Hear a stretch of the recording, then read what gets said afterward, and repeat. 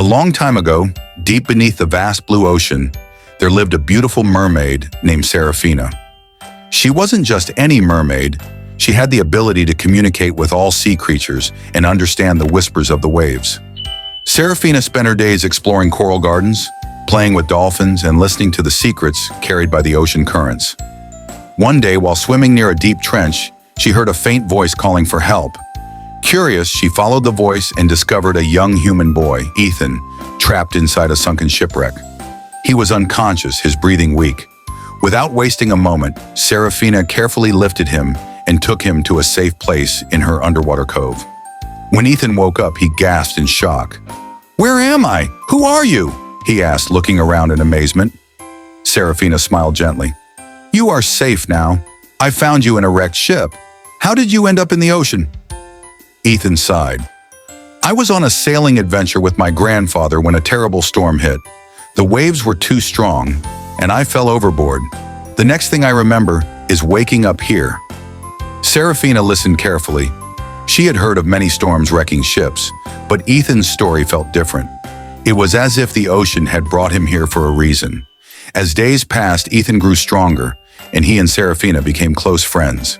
She showed him the wonders of the ocean, glowing jellyfish, hidden caves, and schools of fish that moved like shimmering silver clouds. One day, Seraphina told Ethan about an ancient legend, the story of a lost underwater city. The city was known as Azura, a place of magic and wisdom. It was said to hold a great treasure, but no one knows where it is. Ethan's eyes lit up with excitement. "What if we find it? Maybe it can help me get back home." Seraphina hesitated. "The city is cursed. Many have tried to find it, but none have returned." Determined to solve the mystery, Ethan and Seraphina set off on their journey. They ventured through the dark abyss, where strange creatures lurked, and through fields of glowing coral that lit up like the night sky. Along the way, they encountered a wise old turtle named Eldor, who had lived for over 500 years. Eldor looked at them and nodded. "You seek Azura. The city is hidden beyond the veil of tides, where time moves differently. But beware, the curse of greed still lingers. Only those who seek knowledge, not riches, can break the spell." After days of searching, they finally reached the veil of tides, a magical barrier that shimmered like liquid gold. As they passed through, they saw the ruins of Azura, covered in seaweed and coral. Statues of ancient kings stood tall, their eyes watching over the city.